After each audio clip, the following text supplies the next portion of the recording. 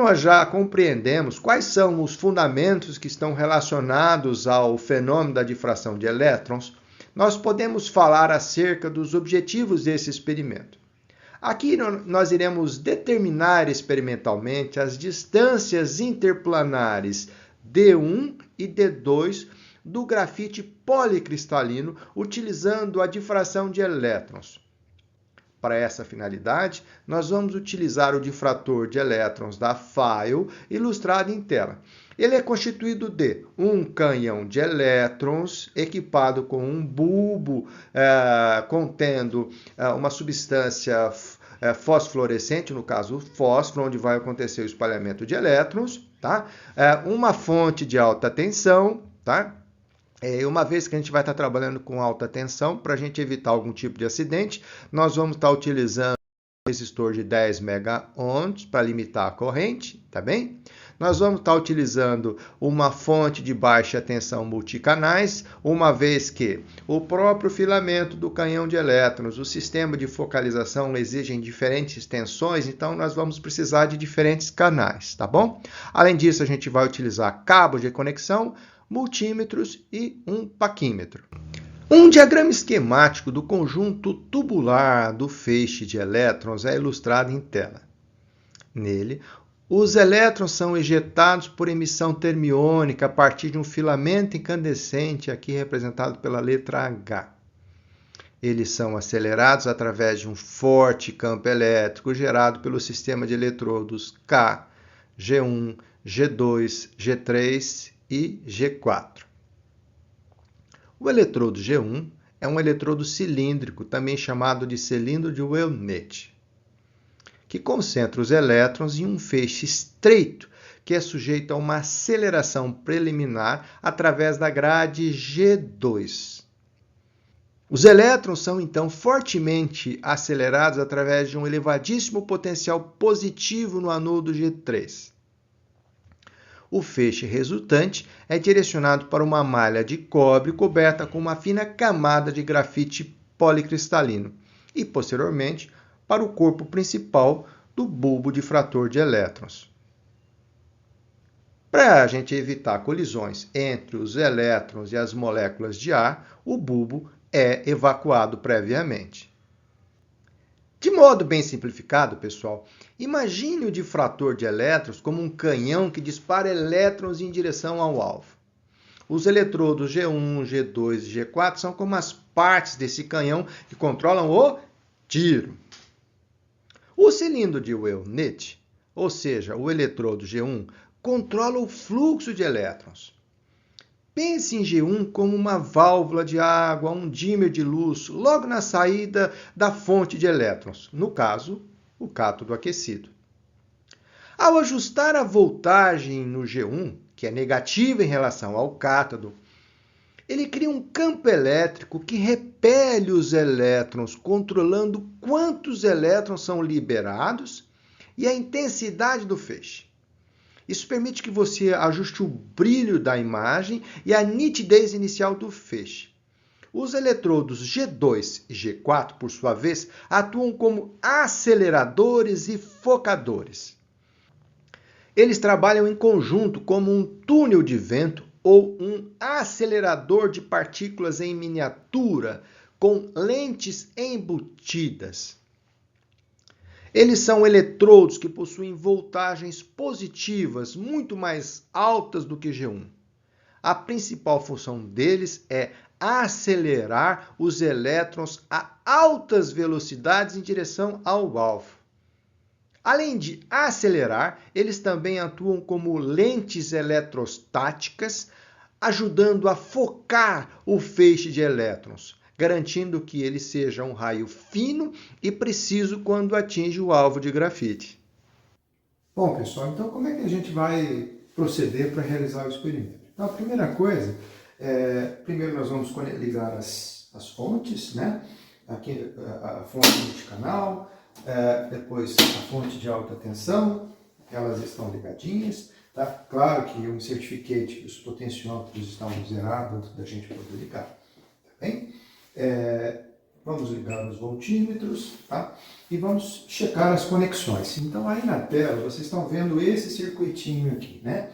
Então, primeira coisa, nós vamos conectar, verificar o sistema de dar intensidade e focalização do feixe de elétrons, né? Pelos terminais, os eletrodos K, G1, G2, G3 e G4, né? Começando com K. Então, nós temos a conexão de K, tá bem? Que vai diretamente no barramento do terra, tá aqui. Aí na sequência o G1, que é o cilindro de Wermeidt, tá? Que fornece para a gente o controle de intensidade do feixe e está associado à focalização também. Então, lembrando que ele é negativo, então ele vem aqui, o nosso G1. Na sequência nós temos o G2, tá?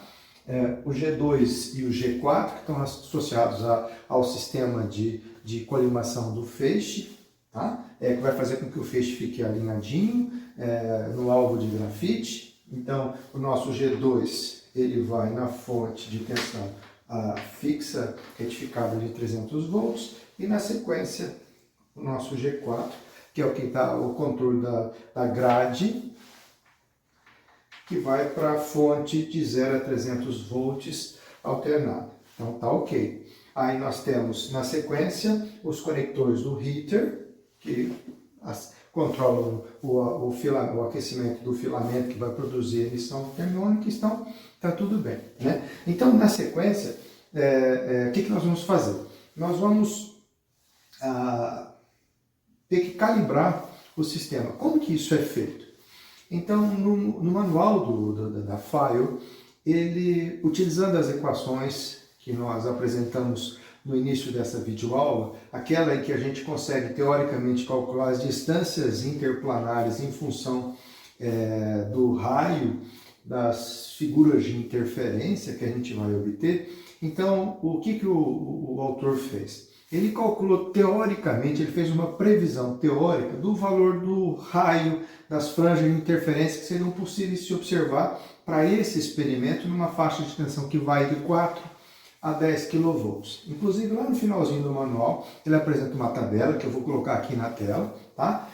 Onde você pode observar que, utilizando aquelas equações, por uma tensão de aceleração de 7 kV,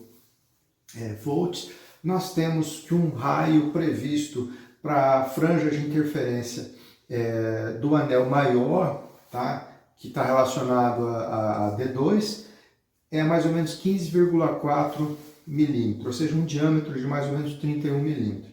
Então nós vamos ajustar as voltagens do cilindro de Wermeidt e da grade de tal maneira que a gente consiga, para 7 kV, obter um diâmetro do anel maior de mais ou menos 31 milímetros, tá? Então, no caso de G1, vai ser um valor de 0 a 50 volts e G4 um valor de 0 a não mais que 300. Né? Então, a gente vai colocar alguma coisa ali perto de 40, mais ou menos ali perto de 200, tá? Então, nós vamos monitorar essas voltagens aqui no voltímetro. Tá? Então, eu vou colocar 40 volts.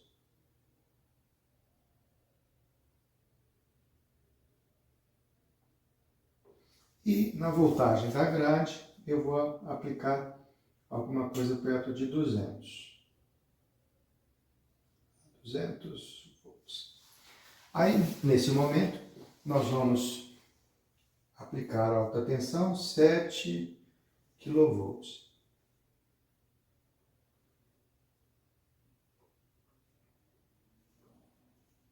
Tá lá.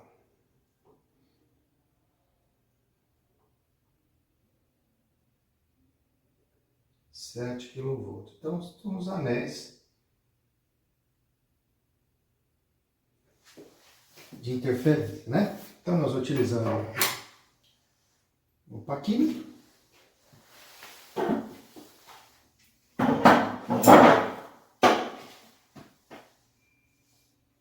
Nós vamos medir medir o diâmetro do anel maior, que é o R2, né?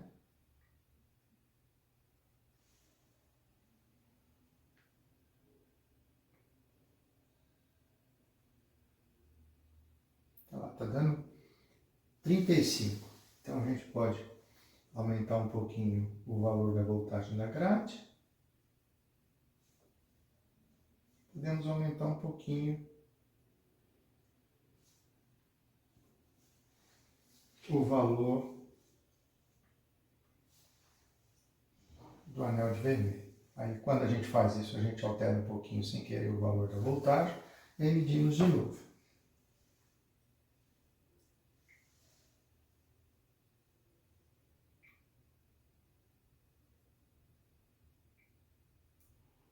Está dando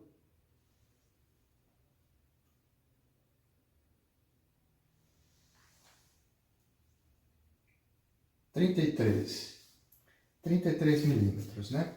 Eu vou aumentar só mais um pouquinho o valor de G1, um pouquinho de G4, corrijo o valor da voltagem,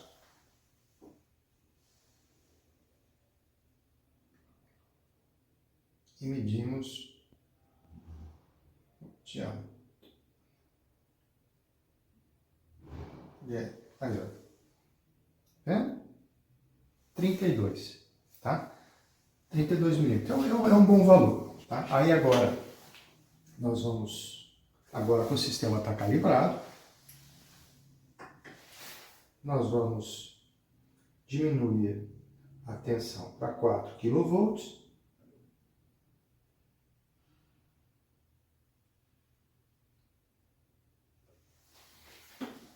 E aí nós vamos fazer a medida, tá bem? Então, à medida que eu vou girando aqui, vocês vão vendo na tela, aqui no cantinho, a mudança dos anéis de interferência, tá? Então, aqui no laboratório, a gente utiliza um paquímetro para fazer a medida dos diâmetros e, consequentemente, dos raios, tá? E como você está fazendo isso em casa, é natural que você vai poder usar um paquímetro. Então, como que você vai fazer? A gente vai filmar com um ângulo diferente esse experimento, tá? E aí você vai utilizar o tracker para processar essas imagens e tirar, então, os raios dos anéis de interferência como uma função da voltagem e aceleração dos elétrons, de 4 kV até 9 kV. Tá? Então, vamos lá. Eu vou alterando a voltagem aqui, vocês vão vendo que o raio vai mudar. Depois eu vou ensinar para vocês como é que vocês processam esse vídeo, tá bem? Usando o tracker. Então, vamos lá. 4 kV,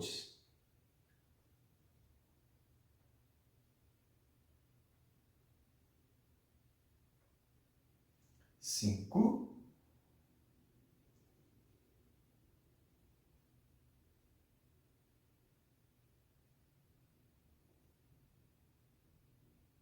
6,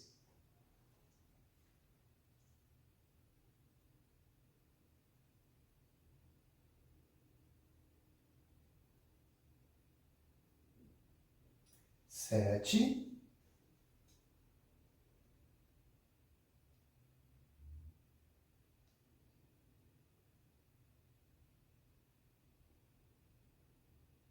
8,